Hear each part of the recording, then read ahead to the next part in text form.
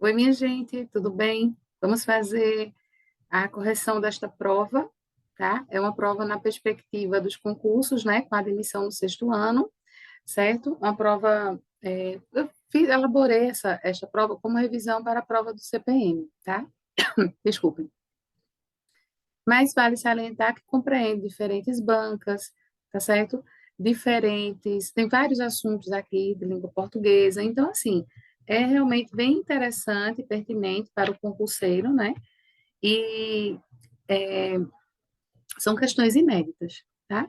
Vamos lá. Primeiro, nós temos esse texto que tem como título Frota de Apoio Marítimo sobe para 415 embarcações. Minha gente, olha, o título, como eu sempre falo, ele diz muito, né? A respeito de sua interpretação, ele já lhe ajuda bastante. Se uma prova ela tem título, se um texto tem título, perdão, você já tem muito a seu favor, tá? Então aqui tem título, ó. Você observa, frota de apoio marítimo sobe para 415 embarcações. O aluno deve ler o texto todo, com atenção, marcar os aspectos principais, certo? Mas aqui, eu não vou ler o texto todo, vou ser mais objetiva na correção, porque trata-se de uma correção de prova, mas o aluno tem que ler tudo, né? Eu vou ler só o primeiro parágrafo e atente para o título, tá? Tem título. O título aqui você observa que ele já tem a perspectiva de uma notícia, né? De uma informação, não é isso? Observe o primeiro parágrafo, diz assim, ó. A frota de apoio marítimo em águas jurisdicionais brasileiras saiu da estabilidade e encerrou outubro com 415 embarcações, 5 a mais em relação ao mês anterior, de acordo com o relatório mais recente da Associação Brasileira das Empresas de Apoio Marítimo. No total do último levantamento, o número de embarcações de apoio offshore passou de 374 para 376 unidades de bandeira brasileira e de 36 para 39 unidades de bandeira estrangeira, na comparação com setembro. Bem, é um texto breve, né? Ó, não é um texto muito, 3 parágrafos apenas. Vou ler os demais, né? Vamos ter preguiça. Vamos lá. No quinto mês consecutivo, é porque eu estou sendo objetiva, estou procurando atender, né, mais as questões, mas é importante fazer uma leitura dinâmica, depois uma leitura mais, assim, com que tem um certo escrutínio, né?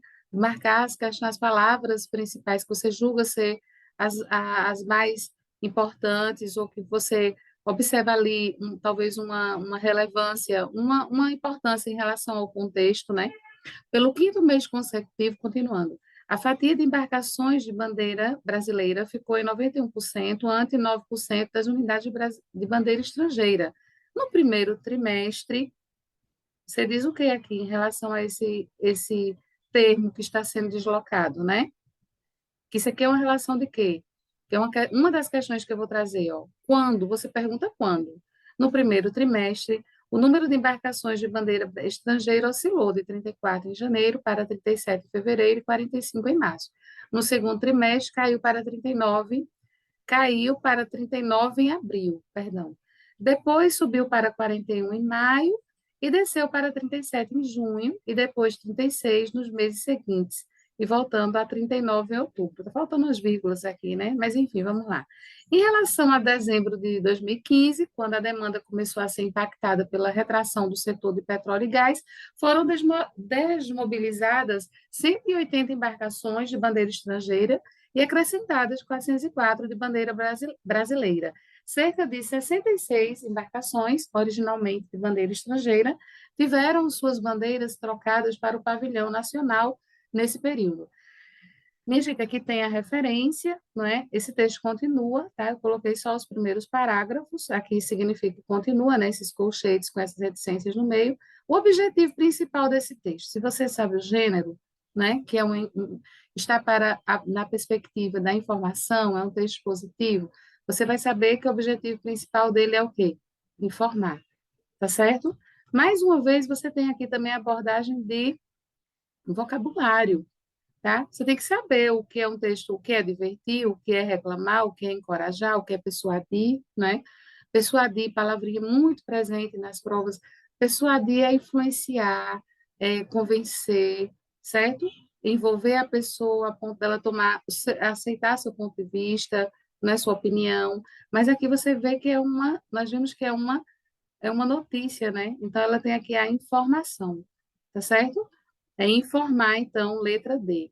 No trecho, na questão 2 diz, o trecho destacado abaixo há a semântica de. Olha, isso aqui faltou o no, tá? É no trecho. No, deixa eu organizar aqui. Quem tiver com PDF, aí organize, por favor. No trecho destacado abaixo, vírgula, porque aqui a gente tem a relação de lugar, né? Perdão, é que eu fiz rapidinho, com o objetivo de atender as questões dos alunos, mas a gente corrige aqui, né, ao vivo. No trecho destacado abaixo, há a semântica de. Observe, no primeiro trimestre, quando eu estava lendo, eu pedi para você observar, né?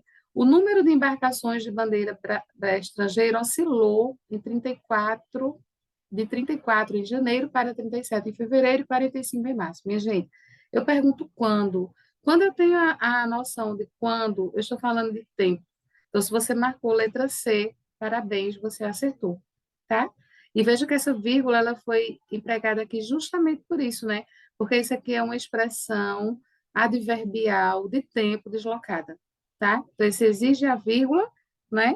Porque o tempo, a circunstância de tempo deve vir no fim, depois do sujeito, o verbo, os complementos. Então, as circunstâncias verbais, elas vêm no final. Se ela vier no início ou no meio, ela tem que ser demarcada com vírgula, tá bom? Vamos lá. 3. Levando em conta o contexto e considerando que uma só palavra pode adquirir diferentes sentidos, o termo destacado significa o quê? Observe, vocabulário, muito presente em prova, muito presente, né? Do total do último levantamento, o número de embarcações de apoio offshore passou de 374 para 366 unidades, parará. Ele quer saber o que é levantamento. Nesse contexto, levantamento não é de levantar, né? Ou de alcear, alceamento, ou de pôr de pé, certo? Isso aqui está, na verdade, para uma perspectiva de pesquisa, tá certo? Isso aqui é uma pesquisa do total da última pesquisa, certo?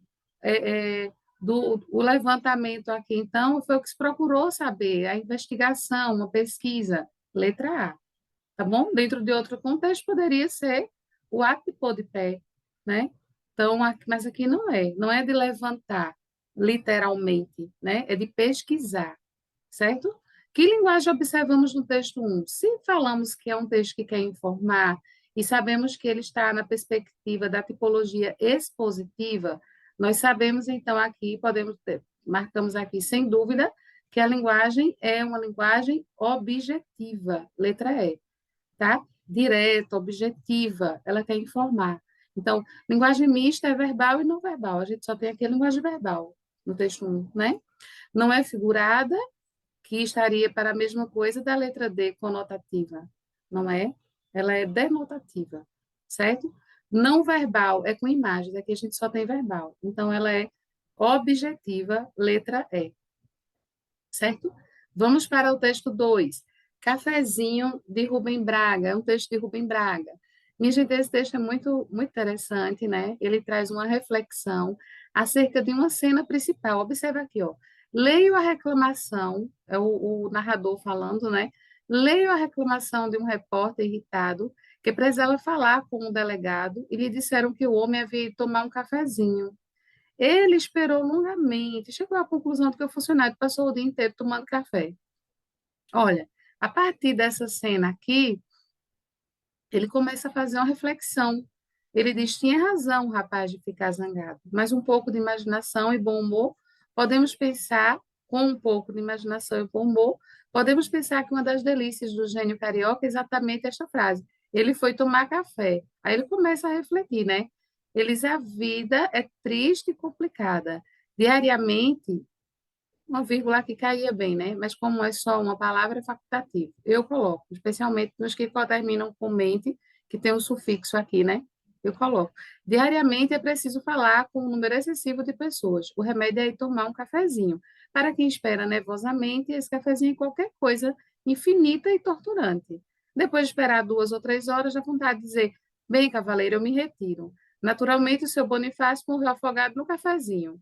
Enfim, né? Aqui, nós continuando o texto, nós vamos ver que esse texto ele pertence, então, a uma crônica.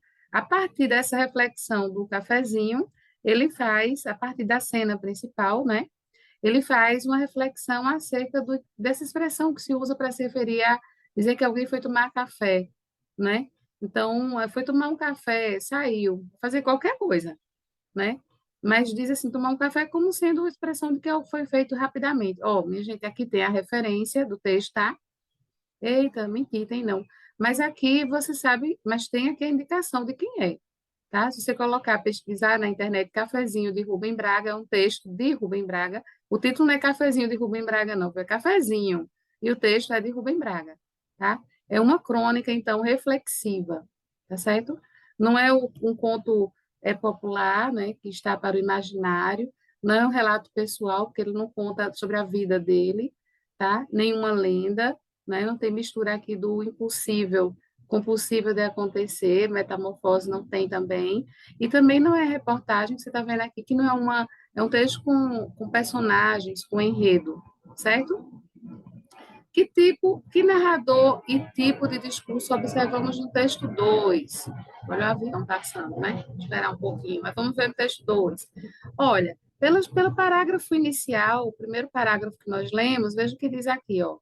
Leio a reclamação de um repórter irritado que precisava falar com o delegado. Você observa aqui o verbo já primeira pessoa, né? Então você vê que ele participa do texto, tá? É um narrador personagem, tá certo? Ele participa do texto, o narrador em primeira pessoa. E nós observamos aqui que tem muito discurso indireto, né? Que é a fala do narrador, mas a gente também tem fala de personagem aqui, que está demarcada pelo travessão, né? Ó, ele foi tomar café, bem, cavalheiro, eu me retiro. Ele saiu para tomar um café e disse que volta já, tá certo? Então, isso tudo aqui também é discurso indireto. Então, a gente vai dizer que é um narrador em primeira pessoa, o personagem, né? Com discurso indireto e marcas do discurso direto. Letra C. Muito bem, se você acertou, meus parabéns, tá? Vamos para a sétima. Segundo o texto, para quem espera alguém tomar o cafezinho, este representa, olha, lá na leitura você observa que está claramente, para quem espera, o cafezinho é qualquer coisa que maltrate muito, né? Porque a pessoa sabe, volte lá ao texto. Você leu, você quer acertar, você leu e releu com atenção, né? Ele disse aqui, ó, a vida é triste, complicada, o remédio é tomar um cafezinho, para quem espera nervosamente, esse cafezinho é qualquer coisa infinita e torturante. Então, tortura é o que maltrata, né? E aí a gente marca, sem sombra de dúvida, a letra, cadê? B. Não é um café sem fim, pelo contexto a gente não entende que é isso, né? Alguém que não vai voltar, a gente também não entende, pode ser que volte, pode ser que nem volte, né? É o torturante, é o tempo. Que alguém deixou o chapéu, que ele fala da questão do chapéu, né? Que às vezes deixa o chapéu só fazer assim, ó, foi tomar um café e volta, olha o chapéu ali, né? Que é melhor não estar, não, a gente não entende isso, a gente entende que é alguma coisa que maltrata, porque tortura, porque a gente não sabe por quanto tempo essa pessoa que foi tomar o cafezinho, né, vai demorar. Texto 3 é de Armandinho, tá? E diz assim, ó, haveria mais justiça se fôssemos menos egoístas e mais flexíveis. Alguém, o pai fala para Armandinho, né? Geralmente esse adulto representa o pai. Aí ele diz, eu sou muito flexível, tá vendo? Sem dobrar o joelho. Ele entendeu no sentido literal, né? O flexível aqui, né? De poder se abaixar, se levantar. Mas a pergunta aqui da nona, eu coloquei questões gramaticais para a gente, tá? Que modo verbal observamos no primeiro quadrinho? Olha, no primeiro quadrinho, a gente observa o modo. A gente tem três modos.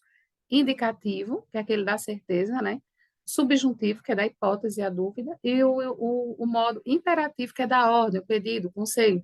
Então, haveria mais justiça. Se fôssemos menos, a gente observa aqui que há, então, o modo subjuntivo, hipotético, não é isso? Modo hipotético, você marcou esse, está corretíssimo. Olha, gerúndio e infinitivo não são nem modos, são formas verbais, tá certo? Então, o subjuntivo é o da hipótese, né? A questão 9 diz assim, no primeiro quadrinho do texto, no primeiro quadrinho, duas proparoxítonas, vamos ver, haveria mais justiça se fôssemos menos egoístas e mais flexíveis.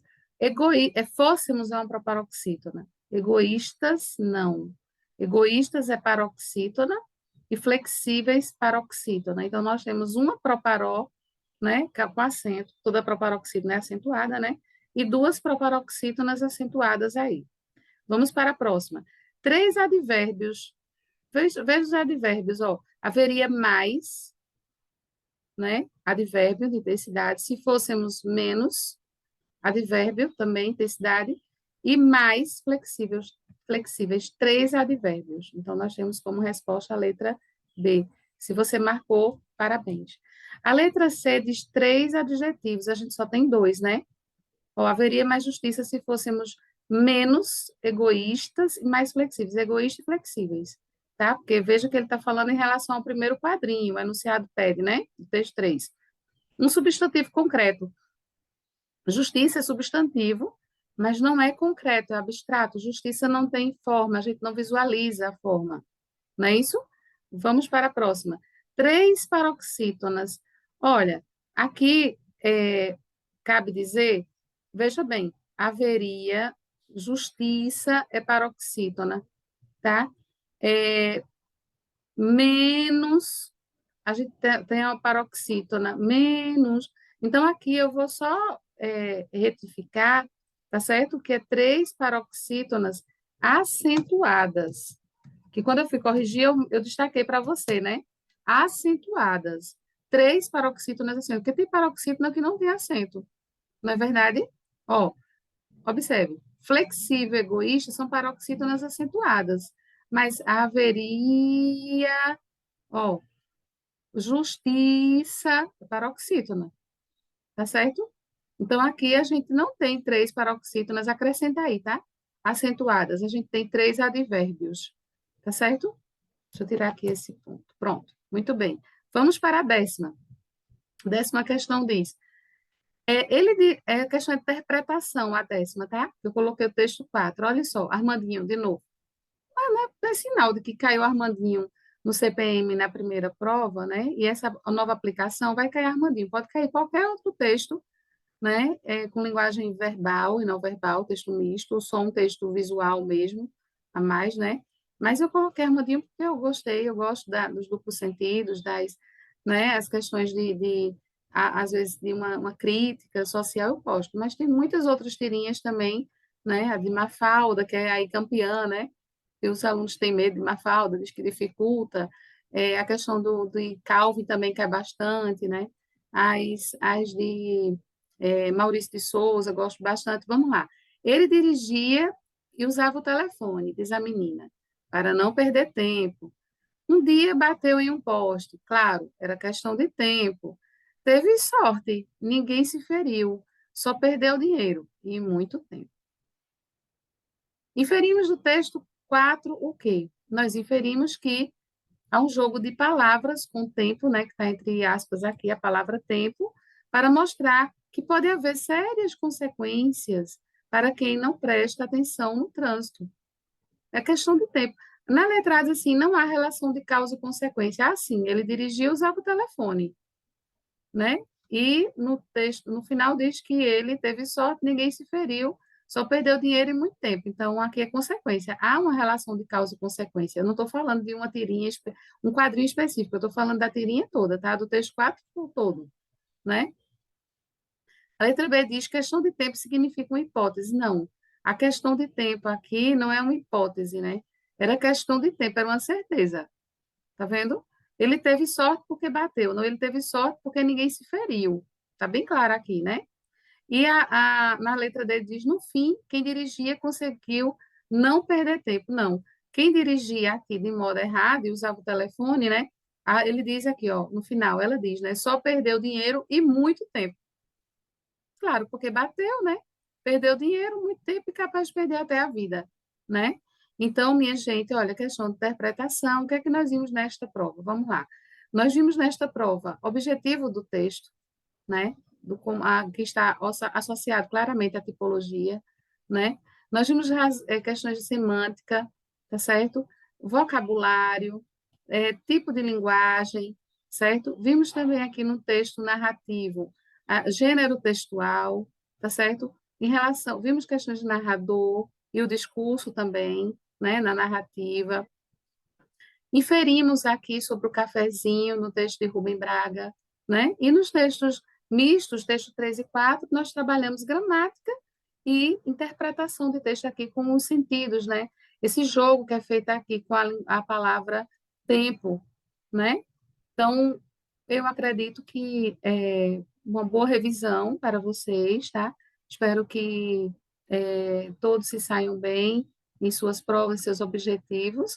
É o lema da Isolada, né? O sucesso vem para quem estuda. Então, vamos nos esforçar, vamos estudar, vamos batalhar, certo? Para colher os frutos, então, dos nossos estudos. Tá certo, minha gente? Um abraço, até a próxima. Fiquem bem. Ótimas provas.